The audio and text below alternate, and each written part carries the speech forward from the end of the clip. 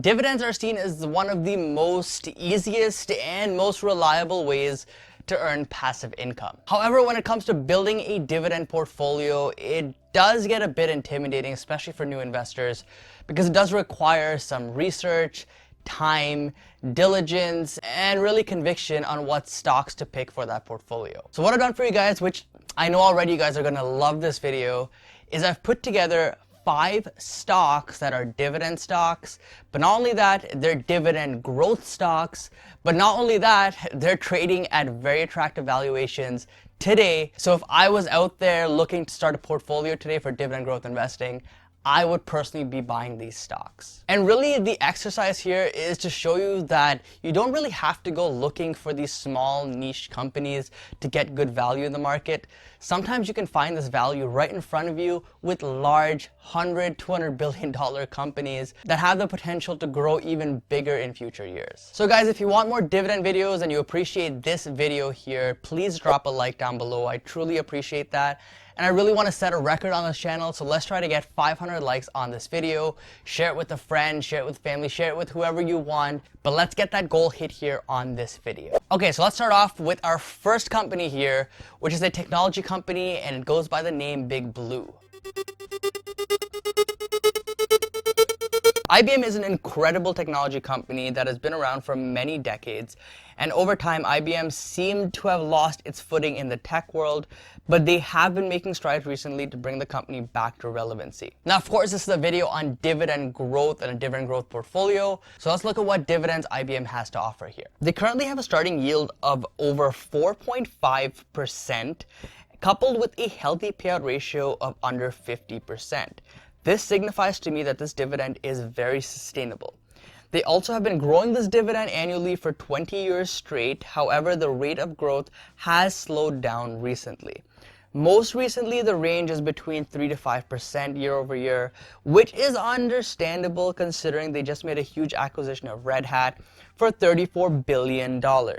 They're also focused on paying down that debt as soon as possible, which is why a lot of it isn't going towards raising the dividends right now. I personally see this as a short-term headwind for the company for dividend growth, and in the next few years, I think that we should be back on track to seeing a nice 5 to 10% growth rate once that debt is paid off and cash flow stabilize. And also note that in the next few years, IBM will enter the coveted Dividend Aristocrat list as well once it surpasses 25 consecutive years of growth. Now, the current yield of dividend in this stock is near its all-time high, with the average being around 2.5%. And when we look at the 4P of IBM, it sits at around a 10, with the average PE around a 13 historically. The free cash flow that IBM brings in is also very impressive, around $12 billion a year on average, which is a healthy amount to continue paying down that debt while growing the dividend as well. We are currently sitting at around a 30% discount on IBM stock at current prices, and this is after about a 50% correction that we saw recently. But to me, even at these levels, we are seeing some excellent value in the stock, all things considered. Next, coming in at number 2 is a stock in the consumer staples sector that we've almost all had exposure to as consumers.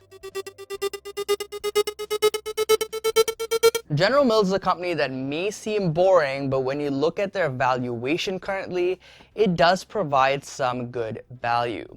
They own brands like Cheerios, Pillsbury, and Yoplait, along with a ton of other foods which most of us consume regularly. General Mills currently pays out a dividend of 3.75%, which is a healthy dividend for a stable company like this, and their payout is under 60%, which is very sustainable even for growth. Now, you may have noticed that their dividend growth year sits at 0 currently, and unfortunately this is true as they did not raise their dividend in 2019, so they did lose their streak and their title as a dividend aristocrat. But that being said, they still do pay out a dividend, and I expect them to get back to growth this year, thus justifying adding them to this dividend growth list. The average yield from General Mills has been historically around 3%, so at current yields of around 3.75%, we are seeing some value here in this stock, but again, it isn't a huge bargain, but just good value. Their 4P is around a 15 and historical average is around 16. So once again, this shows us that we're at a good fair value here in this incredible company. The free cash flow from this chart shows us a healthy $2 billion income every year, which is used to pay down their debt, their dividends, and fund any other acquisitions like the recent Blue Buffalo pet food acquisition. The stock is currently sitting near 30% off its highs after correcting around 50% in late 2018. But even at current prices, like I said, I think we're seeing good value in General Mills. And really, this is a good stock to kind of add stability in your portfolio. These kind of stocks typically do well during recessions as well because people are going to continue buying their favorite cereal whether the economy is booming or we're going through a tougher time. So a stock like General Mills is definitely one I want to add to my dividend growth portfolio. Our third stock is going to be one I'm sure that's a bit controversial here in terms of ethics and morals, but it is trading at a good valuation currently. Altria is a tobacco company that recently entered the vape space, and they have some exposure to the green sector as well with Cronos, but their core still remains cigarettes. I believe that this company is one of the best values in the stock market right now, and I'm going to show you exactly why. Altria currently yields over a 7% dividend. That's right, 7%, which is actually the average capital return from the S&P on a yearly basis, but you're getting that return pretty much guaranteed here with Altria just from its dividends. They have been growing that dividend consecutively for 50 years, and the average growth rate is impressive at around 10%. Now, you may notice that the payout ratio is high at around 75%, but Altria is a company that traditionally does this as they know that regulators are constantly looking to fine them for different issues and all that stuff. So the less money that they have on their balance sheet, the less of a target that they are. Now, as a shareholder, this is the best case scenario because we get a nice juicy dividend yield like 7%. Here we can see just how consistent this company is with growing their dividend, really accelerating in the recent years, and I think this trend continues moving forward. On a historical level, we're seeing some nice yield right now, with the average usually around 5%, so this stock is telling us it appears to be very undervalued right now. The 4P of this company is around a 10 with a historical PE of around 15, so it's hard to argue here with the value we're seeing in Altria. Free cash flow is very healthy in the business, and 2019 came in at around $7.9 billion in free cash flow, which is one of the strongest reported free cash flow figures in the company's history. And really the bottom line here is that this is good to see as they continue growing that dividend and rewarding shareholders. Now, Altria is actually providing better value than the other two we saw so far, as it's currently near 40% off its highs, and this can be seen with the high dividend yield and extremely low 4 PE. This stock is priced like there's nothing left in their future, but if you think that their investments in the vaping space or with the green sector pans out, even if it's just a little bit, then this stock is incredibly undervalued at today's prices. All right, now let's move on to our fourth pick, which is in another different sector altogether. However, it's another incredibly undervalued stock. AbbVie is a healthcare related company, and I had to add this to the list here because this sector in general has been punished lately, but AbbVie has been going through even more punishment than the others. This is because they are in a process of merging with Allergan, which is another healthcare giant, so there's some uncertainty on how that pans out. Nonetheless, as a dividend growth investor, this presents an opportunity. AbbVie currently yields near 6% with its dividend, with a healthy 53% payout ratio and an average growth rate of a massive 20% year over year. You'll notice it appears to have only grown its dividend for 6 consecutive years, but this company did spin off from another company called Abbott Laboratories, which has been paying a dividend for almost 50 years. Now, AbbVie has been growing its dividend very aggressively at over 20% year over year, and while this may slow in the short term because of the merger, I still suspect a healthy double-digit growth in the foreseeable future. The dividend yield that we see here is also telling us that the stock is at an attractive valuation with its average yield around 3.5% or so.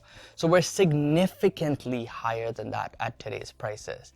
The 4P for AbbVie also tells us that we're extremely undervalued. Guys, we're sitting at a 9 4 PE versus a historical 25 PE for this company.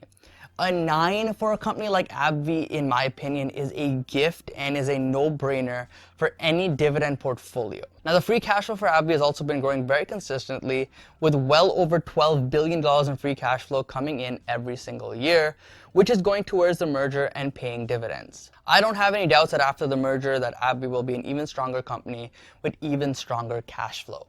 Similar to other companies we looked at, AbbVie is down around 36% from its highs after correcting around 50% at its lowest point recently. And even at current prices, I believe the valuation for AbbVie is extremely undervalued, and I like the exposure it gives me to the healthcare sector. So at current prices, I have no problem adding this stock to this portfolio for this video. Alright, now closing off our portfolio, our fifth position here is a company that we've discussed in length recently. Guys, of course 3M had to make this list because it's a stock that I think is incredibly undervalued at today's prices, especially when you're looking out a few years in the future, and especially when looking at the dividend yield that it's currently offering. But for the interest of time, I'm going to keep this video relatively short, and I am going to link to the recent video I made on 3M down in the description down below if you want to see a full in-depth analysis on why I'm personally buying 3M stock right now. At a high level here, you can see 3M does provide a starting yield of 3.6%, which is some of the highest levels we've seen in this stock. They have a payout ratio of around 60%. They have 61 years of growing that dividend, which makes them a dividend king. And they have an average growth rate of 11%, which I do suspect will slow down in the short term, but accelerate once again over the longer term once the business returns to growing substantially year over year. But again, if you want to see more details on my views on 3M, why I'm personally buying 3M, and just a better analysis here on 3M stock, I did make a video on that. I will leave a link in the description down below. So make sure to check that out if you're interested in looking into 3M more. But that kind of concludes this video. So here's kind of a quick summary of the stocks that we discussed here today. So we have IBM, which is a technology stock, as number 1. We have General Mills, consumer staples, number 2. We have Altria, another consumer staples, number 3. We have AbbVie, which is a healthcare stock, at number 4. And finally, we have 3M, which is an industrial stock, at number 5. Now, I do realize we don't have exposure to all different sectors out there, like financials, for example, is missing. But I think that as of recording this video today, that these 5 stocks offer some of the best value in the market today. That's why I just had to make this video for you guys, and I really do hope you appreciate it. And again, if you do, drop a like down below. We're aiming for a record on this channel for 500 likes. Guys, thank you so much for watching. Don't forget to invest positively, and I'll see you in the next one. Peace.